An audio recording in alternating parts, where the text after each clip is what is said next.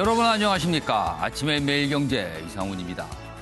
고추장을 넣은 삼각김밥, 추억의 시장 간식인 꽈배기, 우리에겐 아주 친근한 음식이죠. 그런데 말이죠, 이 음식들을 먹고 SNS에 인증샷을 올린 사람이 있습니다. 얼마 전 있었던 콧수염 논란의 주인공, 해리스 미국 대사입니다. 그동안 고압적인 모습, 논란이 있었죠. 여론도 그다지 좋지 않았는데 친근한 이미지를 만들기 위한 모습일 거로 보입니다. 이 모습 임기 끝까지 이어가길 기대합니다. 1월 23일 아침의 매일경제 신문 1면부터 출발합니다. 매일경제 1면 톱 기사입니다. 대법원발 통상임금 2차 충격이 온다, 이렇게 돼 있습니다. 2차 충격이면 1차가 이미 있었던 거 아닙니까? 그 내용은 뭐냐면요, 통상임금을 계산할 때 정기 상여금이 들어간다, 이런 결정이 있었거든요. 그런데 그것에 의해서 2차 충격은 무엇인가면요, 실제 근로시간으로 시간당 통상임금을 산정해야 한다, 이런 결정이 나온 겁니다. 이거 무슨 뜻인지 잘 모를 수 있는 건데요. 좀 더 설명드리면 이렇습니다. 연장 근로, 야간 근로를 할 경우는요, 보통 받던 임금보다 더 받잖아요. 통상 120%, 150% 더 받습니다. 자, 이런 거를 감안할 때 통상임금에 필요한 근로시간 계산할 때도 가중치를 줘야 된다. 연장 근로가 사실은 1시간을 했으면 1.5시간을 한 걸로 쳐줘야 되는 거 아니냐. 지금까지 이런 거였거든요. 그런데 대법원 판결은요, 그거 아니다. 그냥 1시간으로 해라. 이런 결정입니다. 아무래도 근로자에게 유리하게 되지만 기업에게는 부담이 될 수 있다. 그래서 기업들 계산법이 달라져서 비상이다, 이런 내용을 다루고 있습니다. 다음은 중앙일보 보겠습니다. 간신히 2%, 2019년 지난해 경제 성장률을 말합니다. 구체적으로 실질 경제 성장률이라고 합니다. 그런데 그 뒤엔 문재인 대통령의 건설 확대, 이런 배경이 있었다는 겁니다. 보시죠. 10월 경제장관 회의에서 이례적으로 건설 확대 얘기를 합니다. 그동안 문재인 정부의 기조와는 좀 다르다, 그런 평가 당시 있었습니다. 정부 토건 경기 부양 않겠다 해서 선회했다는 얘기가 나왔는데요. 4분기 SOC 이거 건설 아닙니까? 재정 쏟아서 성장률을 높였습니다. 1% 추락은 간신히 피했지만 10년 내 가장 낮은 현재 성장률이다, 이런 내용입니다. 이번엔 조선일보 확인해 보시죠. 이석기 어떻게 보나? 이석기 전 통진당 의원이잖아요. 논란의 대상이었죠. 청와대 검사들 사상 검증하는 건가? 이렇게 일면 기사로 나오고 있습니다. 최근에 검찰 인사를 앞두고 검사들에 대해서 이런 어떤 조사 등 이런 게 이루어졌거든요. 물론 그 해당 검사들이 동의하에 조사를 한 겁니다. 그런데 물어보는 질문들이 이런 거였답니다. 이석기 어떻게 보나? 최강욱 공직기관 비서관이 이끄는 인사검증팀 공안 담당 검사들에게 이런 질문을 하는데, 여기 기사 내용을 보면요, 약간 이런 거는 과거에 이런 사건도 하셨더군요 라고 질문하는 게 마치 약간 비판적으로 말하는 거 아니냐, 이런 반응들이 있었다는 겁니다. 그래서 조선일보는 사상 검증하는 건가, 이렇게 기사를 다루고 있습니다. 마지막으로 국민일보 확인해 보겠습니다. 기사가 이쪽에 있습니다. 여기 사진이 있는데요. 시청자 여러분께서 누구인지 아시겠나요? 문재인 대통령의 따님이죠. 문다혜 씨입니다.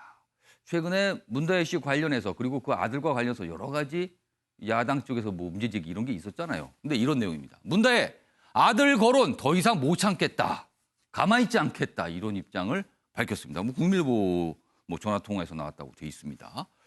곽상도 자유한국당 의원 상대 법적 대응도 검토하겠다. 더 이상 참지 못한다. 최근에 무슨 그 아들에 대한 학비 얘기부터 시작해서 왜 이주를 한 것인가, 이런 얘기, 여러 가지 문제제가 있었는데 그거에 대해서 더 이상 참지 않겠다는 반응을 보였습니다. 자, 지금까지 일면기사 짚어봤고요. 오늘도 네 분 편을 나오셨는데요. 한 분씩 소개해드리겠습니다. 먼저 최수영 시사평론가 나오셨고요. 그 옆에는 조대진 변호사, 그리고 오늘도 주원구 삼육대 경민교수 자리하셨고요. 마지막으로 변한봉 변호사도 나오셨습니다. 안녕하세요. 안녕하세요.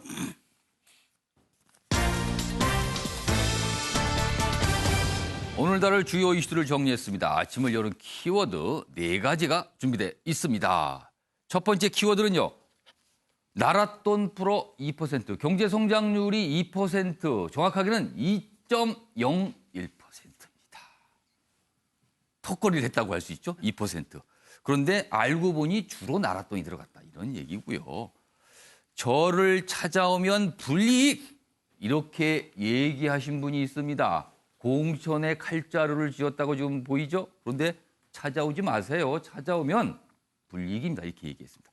그런데도 찾아갈 분이 있을지 모르겠네요. 그리고 세 번째 키워드는요. 성전환 하사 전역 조치가 결정이 됐습니다. 마지막 키워드는요. 유튜브 아내. 이게 무슨 소리일까요? 유튜브 아내. 아침에 매일경제를 끝까지 보시면요. 무슨 내용인지 확인하실 수 있습니다. 자, 이렇게 4가지 키워드로 오늘 내용을 정리해봤고요. 아침엔 매일경제 톱 뉴스는요. 어제 발표된 지난해 경제 성장률 얘기입니다. 먼저 화면에 그래프를 좀 봐주세요. 그래프. 여기 보시면 요 그래프입니다. 요 그래프 좀 크게 좀 보여주실까요? 여기 보시면 한국 경제 성장률 추이 이렇게 돼서 전년 대비 얼마나 늘었는가를 보여주는 그래프인데요. 2013년부터 지난해까지 있습니다. 그래프 한번 봐보시죠.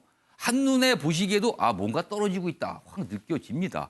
2013년, 14년 때는 3%대, 그리고 좀 빠졌다가 16, 17년에 3.2%를 기록을 했습니다. 2017년이면 현 정부가 출범했을 때죠. 그때는 괜찮았어요. 그런데 그 다음에 그리고 그 다음에 2.7, 2.0 뚝뚝 떨어지게 됩니다.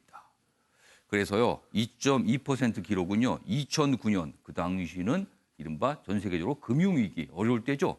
그때 0.8% 이후에 가장 낮은, 그러니까 10년 만에 가장 낮은 경제 성장률을 기록하게 된 겁니다. 쭉 내려가는 모습이죠. 다음 기사 보겠습니다. 매일경제 기사인데요. 4분기에 몰아친 SOC 투자 성장의 4분의 3 재정으로 끌어올렸다. 재정 말이 어렵습니다만 쉽게 얘기하면 나랏돈입니다. 나랏돈을 써서 성장률을 받쳤다는 겁니다. 보시죠. 그래서 매일경제는 여기 작은 제목으로 재정주도 성장이라고 했습니다. 소득주도 성장이란 말은 지금 정부에서 쓰고 있는데 그거를 약간 운율을 맞춘 거죠. 재정주도 성장이다. 정부가 성장에 기여한 게 민간 기여도의 3배입니다. 그러니까 민간은 거의 활력을 잃었고 정부가 끌고 갔다는 소리입니다. 근데 문제는요. 그 정부가 쓰는 돈 이거 세금 아니면 빚입니다. 거기에 문제가 있어요. 경기 부양 실패, 빚만 눈덩이다. 민간 소비 투자 일제히 부진, 수출은 작년에 1.5% 늘은 데 그쳤다. 우리가 수출이 참 중요한데 여기도 활기가 없다라는 거죠. 잠재 성장률에 못 미치는 성장이다. 1인당 국민소득도 뒷걸음질이다. 그래서 여기 보시면 기사 내용이 이렇습니다. 2009년 글로벌 금융위기와 1998년 외환 위기 때를 제외하면 최근 30년 동안 가장 저조한 성적표. 그러니까 2009년과 1998년은 아주 특수한 상황이거든요. 외부적인 특수한 상황. 그때를 제외하면 보통의 경우에는 가장 낮다. 30년 만에. 이런 평가입니다. 여기도 그래프가 꽤 많은데요. 좀 의미가 있어서 간단하게 소개해드리겠습니다. 먼저 이 첫 번째 그래프 봐주시죠. 분기별, 그러니까 3개월마다 기록을 한 경제 성장률 보시면요. 지난해만 보시죠. 일단 1분기 때요. 마이너스입니다. 마이너스. 거꾸로 갔습니다. 그리고 2분기에 가까스로 1%를 끌어올렸어요. 그리고 3분기에 0.4%를 끌어올렸습니다. 근데 4분기에요. 갑자기 1.2로 늘어나죠. 뭔가 한 겁니다, 여기에. 근데 나랏돈을 집중적으로 풀었다. 이 얘기입니다, 지금요. 여기까지 보면 암울하죠. 근데 여기서 가까스로 끌려오는데 그게 다 나랏돈이었다. 이 얘기고요. 여기 보시면 또 마지막 그래프 보시죠. 민간과 정부가 경제 성장률에 얼마나 기여를 했는가입니다. 여기 보시면 통상적인 경우는 민간 기여가 많은 게 좋습니다. 그래야 나라가 발전하는 겁니다. 그런데 2018년 때 보면요. 이 민간 부분이 많이 내려가고 정부 부분이 올라가기 시작했죠. 근데 작년에는요. 완전히 역전이 됐습니다. 2% 중에요. 0.5%포인트 정도만 민간 몫이고요. 1.5%포인트는 정부가 한 겁니다. 그러니까 정부 주도 성장이 맞는 겁니다. 그래서요. 자, 관련 기사가 하나 더 있는데 마저 보겠습니다. 보시죠. 여기는 뭐 구체적인 사례를 제시하고 있습니다. 구청 월급날 당기고 교실 칠판 바꾸고 수치 효과 나는 곳에 돈 살포했다. 그러니까 성장률에 즉각적으로 효과가 반영되는 곳에 돈을 집중적으로 풀었다는 거예요. 여기 보시면 이렇습니다. 뭐 인천 일부 자치구는 12월 월급날은 원래 20일인데 예상 집행 산정 시점인 그러니까 뭔가 이게 산정되는 시점이 16일로 당겼다. 옆에 보시면 각 지역 교육청은요. 학교 칠판과 사물함 학기 중에 교체하느라 난리 법석을 떨었다. 왜냐하면 돈을 써야 되니까요. 그리고 서울에 있는 한 구청은 한겨울에 공원 나무 심기 2주 사이 많게는 3억씩 썼다. 이것도 다 성장률에 들어간다고 합니다. 자, 그럼 여기서요. 어제 한국은행이 성장률에 대해서 발표를 했고요. 홍남기 경제부총리가 반응을 보였는데 연속해서 들어보겠습니다. 2019년 4분기 실질 국내 총생산 즉 GDP는 전기 대비 1.2% 증가하였으며 연간으로는 전년 대비 2.0% 성장하였습니다. 당초 정부가 제시한 목표에는 이르지 못했지만 성장률 2% 유지 등 국민 경제를 대표하는 3대 지표에서 나름 차선의 선방을 이끌어냈다고 생각합니다. 자, 전체적으로 오늘 나온 기사는요. 사실은 약간 이 보수적 색깔, 진보적 색깔과 상관없이 경제 성장률에 대해서 굉장히 사실 혹평을 하고 있어요. 2%를 맞추긴 했지만 안에다 들어보면 더 암울하다. 이런 평가가 지금 주를 이루고 있거든요. 최수영 평론가. 네. 어떻게 해야 됩니까, 정말? 그러니까 저는 이걸 기사를 소개하는 걸 계속 보면서 아까 매일경제는 이제 아까 말씀드린 재정주도 성장이라고 했잖아요. 저는 좀 더 나가서 이건 세금주도 성장이에요. 이건 사실은 그 세금을 다 투입해가지고 이렇게 인위적으로 맞추는 겁니다. 그러니까 이른바 건설 쪽에다 집중 투자하고 그다음에 바로 효과가 수치로서 효과가 나타날 것에다가 이제 집중 투자를 한 거거든요. 이른바 타깃형 투자를 한 거예요. 축구로 치면 왜 우리가 오세훈 선수 같은 경우를 우리가 타깃형 스트라이커라고 그러잖아요. 집중적으로 공을 거기다 주는 거죠. 똑같은 거예요. 지금 건설 그다음에 경기지표 부양 효과가 직접적으로 나타나는 곳에 기재부가 심지어는 한국은행에 문의까지 했다는 보도도 있었잖아요. 이런 경우는 저는 사실 보지 못했어요. 이건 재정의 불건전성을 보여주는 것이고 이거는 나중에 이렇게 가게 될 경우 언제까지 이걸로 틀어막을 겁니까? 저는 본질적으로 민간이 지금 25%밖에 못하고 정부가 75% 했다는 이 숫자에 어느 국민이 정말 암울함을 느끼지 않겠습니까? 이거는 보수진 앵커께서 말씀하신 것처럼 보수 진보의 영역이 아니라 후세를 걱정하고 그다음에 다가올 우리의 미래를 우려하는 차원에서라도 이 문제에 대해서는 짚고 넘어가야 합니다. 정부가 총선을 의식해서 너무 이렇게 보여주식 정책을 마지막에 남발한 것은 아닌가. 정말 많은 국민들이 우려할 것 같아요. 자, 일각에서는 또 그럽니다. 지금 보면 민간이 활기가 떨어진 거 아까 기여도 보셨죠? 2% 중에 민간은 0.5%포인트 정도, 나머지 1.5%포인트를 정부가 하거든요. 자, 이런 지경, 이른바 이 지경에 이르는데 그럼 정부라도 해야 되는 거 아니야? 이런 또 지적도 있습니다. 그렇죠. 근데 물론 정부의 역할이 그나마 좀 더 어렵지 않게 방어막을 쳐주는 게 정부의 역할일 수는 있겠죠. 그런데 문제는 아까 말씀드린 대로 문재인 정부 들어오면서 계속 하향 곡선을 긋는다는 거예요. 그러니까 그 전에 세 번의 위기, 우리가 1%대 그 위기는 뭐 석유 파동이라든가 뭐 글로벌 경제 위기, 외환 위기 정말 우리가 누구나 인정할 만한 특수한 상황이었잖아요. 근데 이건 그렇지 못했어요.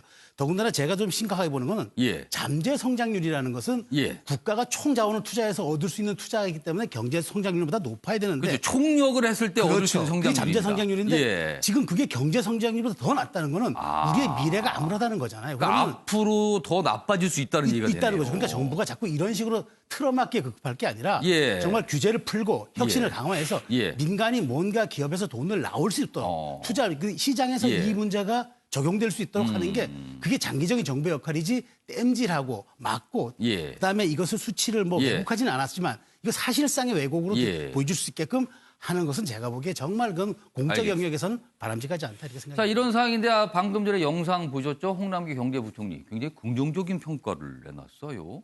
그와 관련된 기사도 있습니다. 다음 보시죠. 10년 만에 최저 성장이죠? 지금 그런 기록이 나왔습니다. 그런데 청와대 경제수석 깜짝 성장이다.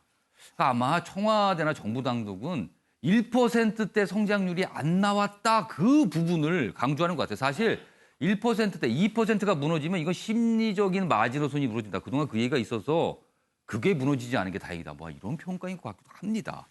그러나 언론도 평가 좋지 않습니다. 지금요. 여기 보시죠. 이해찬, 이인영 등 여권 지도부 앞다퉈서 선방했다. 선방했다. 자, 이 표현을 아전인수식 해석이다. 이렇게 또 붙여놨습니다. 올해도 필요하면 재정 추가 투입한다. 그럼 올해와 같이 또 집중적으로 나라 돈을 쓴다. 이런 얘기가 되는데 이걸 어떻게 봐야 되는지 이 얘기는요. 주원규 교수님한테 좀 드릴게요. 뭐라 그럴까요? 이 자화자찬할까요? 아니면 애써서 긍정평가를 한달까요? 어떻게 보셨어요? 네, 조금 아쉽고 부정적인 경향이 좀 남아있는 것 같습니다. 예. 사실 저 2% 성장에 대해서 사실 브리핑하고 발표할 때 예. 되게 강조하셨거든요. 근데 아시겠지만은 사실 4분기 때 SOC 곧 토건과 경기건설 분양으로 사실은 끌어올렸기 때문에 어떻게 보면 인위적으로 좀 네. 끌어올린 거죠. 예, 굳이 저렇게 표현을 하고 선방했다, 성장했다라고 말할 필요는 저는 없다고 생각합니다. 그리고 저는 조금 다른 의견을 갖고 있는 게 예. 사실은 이제 2019년에 작년에는 예. 사실 심각한 위기들이 저는 있었다고 생각합니다. 일본과의 갈등으로 인해서 반도체 위기가 있었고요. 예. 그리고 또 하나는 미중 무역 분쟁 때문에 저희가 사실 수출로 먹고 사는 나라인데 수출이 막혔던 거에 대한 사실 결정적인 역할들도 있었지만 네. 그에 반면에 정부가 지금 주도하고 싶었던 임금의 어떤 분배라든지 예. 주 52시간 도입이라든지 예. 고용률의 V자 반등 예. 그리고 여러 가지 부분에서의 그 분배의 개선 흐름들이 전환한 부분들 이런 부분들이 저희는 패러다임 시프트라고 생각이 되거든요. 그러니까 차라리 저는 예. 4분기 작년 2019년 4분기 때 예. 그러한 SOC 토건 경기 분양을 인위적으로 했을 것이 아니라 그러므로 해서 2%를 지켰다라는데 만족할 게 아니라 예. 차라리 어렵고 힘들지만 이제는 어떤 경제의 체질 개선의 시기로 삼아야 된다라는 것을 정책의 일관성으로 가져갔으면 좋았을 텐데 오히려 그 네. 성장률 숫자가 좀 낮게 나오더라도 네, 그 맞습니다. 안에서 어떤 변화가 있었습니다. 이거는 멀리 봤습니다. 이렇게 네. 설명하는 게 낫다는 그게 말씀이시네요. 정부의 거시적 정책이고 의지다. 이런 것들로 설득해 나가는 과정이 좀 있었으면 좋았을 텐데 예. 이런 아전이습격인 선방했다 자화자찬 예. 그거는 제일 저는 아쉬운 대목이라고 생각합니다. 그러니까 이 얘기를 대해서 이제 정부 쪽에 이제 가까우신 분 하는 말씀은 아까 제가 잠깐 말씀드렸죠. 그럼 정부라도 나서야지. 뭐 어떡하란 말이냐 지금. 뭐 이렇게 하시는 말씀도 있고요. 그리고 경제는 심리인데 어렵다고 그럼 정부에서 어렵다 죽겠다 이 얘기를 해야 되냐. 또 이렇게 말씀하시는 분도 있습니다. 그러니까 너무 자화자찬으로만 보지 말아달라. 뭐 이런 당부도 있었는데 오늘 많은 언론들 자화자찬이라고 보고 있어요. 사실은요. 이제 나온 걸 가지고.